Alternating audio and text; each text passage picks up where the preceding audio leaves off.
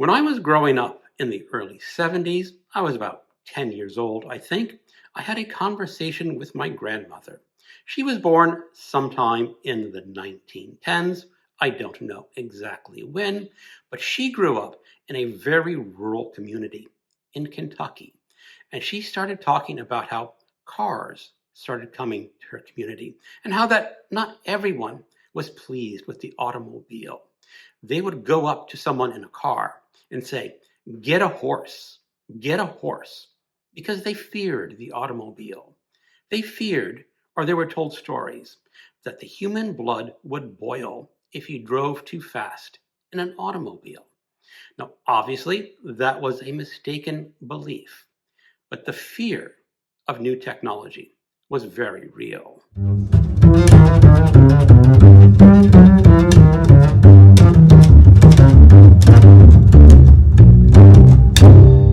Hello, welcome to my channel. Another Bibliophile Reads. My name is Greg, and I want to talk about a new feature from Audible. Audible is introducing AI technology to narrate audiobooks. I will provide a link to a Guardian article that gives you a lot more detail about this subject. It is a good place to start if you want to learn more. I will also link 2 videos from other YouTube creators about their opinions on this feature and their very anti-Amazon stance. Now, having an anti-Amazon stance is perfectly reasonable. Amazon is not a perfect company. I'm very well aware of their faults. I've been listening to audiobooks for a very long time. I started in 1997 when the only realistic option was cassette tapes. For a few years, I got a number of Audible books on CD, but the true game changer came in 2004 when I subscribed to Audible. Digital books, the downloads to an iPod, were truly revolutionary, and you could carry your audiobook everywhere with you. Audible also made it very reasonable to purchase audiobooks. I am a member of the premium annual plan. That's where I buy 24 book credits per year for $229.50. I don't think there's been a significant price increase in 20 years. I have vague memories of it originally being $219.50, but don't bet on my memory. I could be wrong. So what will be the effect of Audible's introduction of the AI technology to narrate audiobooks? If you read the Guardian article and watch the 2 videos that I'm linking in the description of mine, you'll see a lot of doomsaying that it could potentially kill human narration of audiobooks. I'm a little more skeptical about that. When I perused the catalog on Audible of these virtual voice narrated audiobooks, I detected a very strong trend. I think all of them, or nearly all of them, are independent authors. And these are not the strong independent authors. These are the low-hanging fruit independent authors that are just getting a start in their career and may not be able to afford a human narrator. So they choose the virtual voice as a way to get their audiobook out to someone who wants to listen to them. I wanted to give the virtual voice, this AI technology, a chance. Can it take the place of a human narration? And while most of the catalog was not to my jam, I did select 2 short works to listen to. The first was A Rather Inconvenient Corpse, a riotous 1920s mystery novella by AG Barnett. This is essentially a knockoff of P.G. Wodehouse. I am not going to comment on the story. I'm only going to talk about the narration. While the narration was clear and I could understand every word, I did listen to it at a 1.25 speed. The problem is the narration is bland. It does not have any human affectation. It is a robot reading you text, and it very much feels like that after a few sentences. When the narration first starts, you go, wow, that's pretty clear. But the monotony comes through the longer you listen to the story. And as I said, while I did understand every word, I don't think this AI narration was doing the author good service. This was a British comedy. It needed the human inflection to be really meaningful. The audiobook was about 40 minutes in length, and to be honest, if it was any longer, I think that monotony of the voice would have just driven me away, and I would have stopped listening. The second audiobook I listened to by virtual voice was Adolf Hitler and Martin Luther, Anti-Semitism, Nazi Propaganda, and the German Lutheran Church by Thomas S. Mueller. This is a work of nonfiction about Lutheranism in Nazi Germany. It was incredibly dry. It is just an historical piece. It was about 40 minutes of length. But if you need to know about Lutheranism in Germany during World War II, this short little book could be useful. And the fact that the narrator was a bit monotonous, it was just feeding you words into your brain, kind of worked with this book much better than it did with fiction. Because I said the book itself was just incredibly dry and perfunctory. Now, I'm not going to say that all nonfiction is dry and perfunctory. There are some absolutely fantastic works of nonfiction that are just as exciting as fiction. And I don't think the virtual voice would do those works of nonfiction any better than it did A Rather Inconvenient Corpse. But for this type of nonfiction, that you were just trying to gather information and stuff it into your brain, maybe you have to write an essay for your university professor, I think it would work there much better than it does for fiction.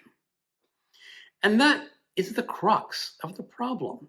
Virtual voice just delivers words into the brain. But when you're reading fiction or narrative nonfiction, you need that nuance. You need that human touch to the narration that will bring the book alive. Because there are some books that are incredible with their narrations.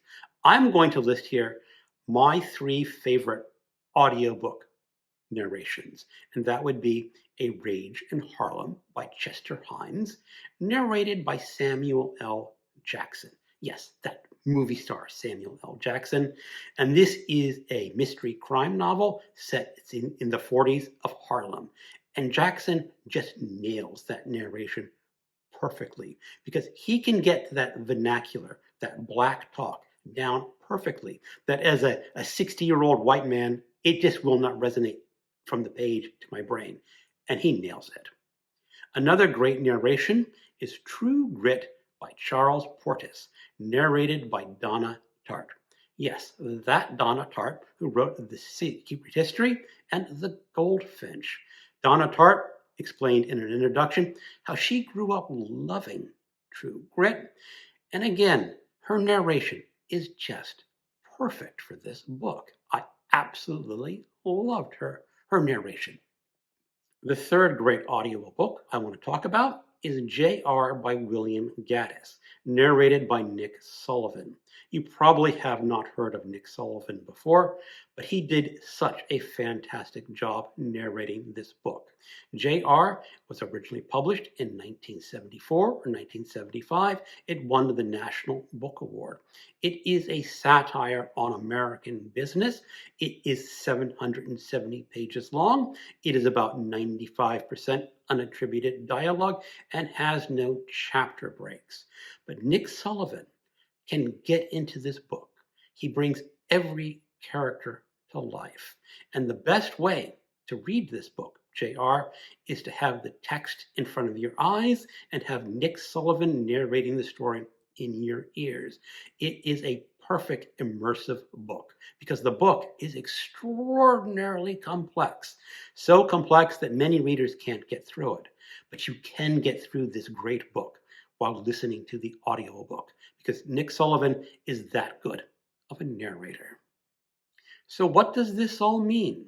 Will virtual voice, the AI technology to narrate audiobooks, take over for human narrators? I don't think so. I have been listening to audiobooks, as I said, for a very long time, and judging by the virtual voices that I have listened to, I don't think I would continue to subscribe to Audible if all the books they offered were narrated by this virtual voice. The virtual voice, I think, will have its uses for some limited number of audiobooks because there are so many books that have been published, especially these academic books, that just won't get a human narrator. And there may be some people with visual disabilities or other physical disabilities, which makes them not able to read the text. And virtual voice can fill in that gap. I don't think it's going to be a perfect fill in, but if you have a gap, you got to fill it in with something.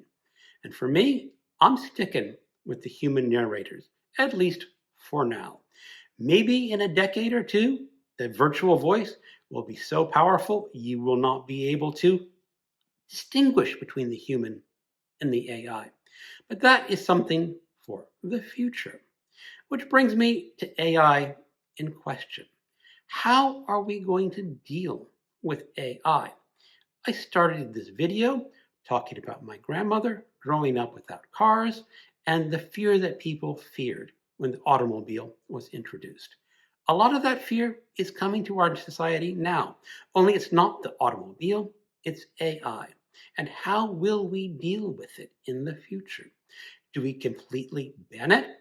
Maybe that's a solution. Would you have liked it if they banned the automobile way back in the early parts of the 20th century? Well, I can sort of see a life without a car. I don't really like my car. I would probably like a horse more than a car, but the car is really rather practical, especially if you live in the United States. So we're sort of stuck with it. And I think we're going to be stuck with some form of AI. Now, would I prefer the government to regulate AI? Yes, I would. I think AI should be strongly regulated. And who would you like to regulate AI? I'm going to give you two options, even though there's probably more. Would you like Donald Trump and Elon Musk to regulate AI? Or would you like AOC and Bernie Sanders to regulate AI? I know I have my choice. I think you can probably guess what my choice would be, but we may not get that choice. Maybe AI will completely take over, and we will find lots of jobs going away. I was a computer programmer before I retired, and yes, AI could probably do a lot of computer programming. Maybe not today, but certainly in a few years.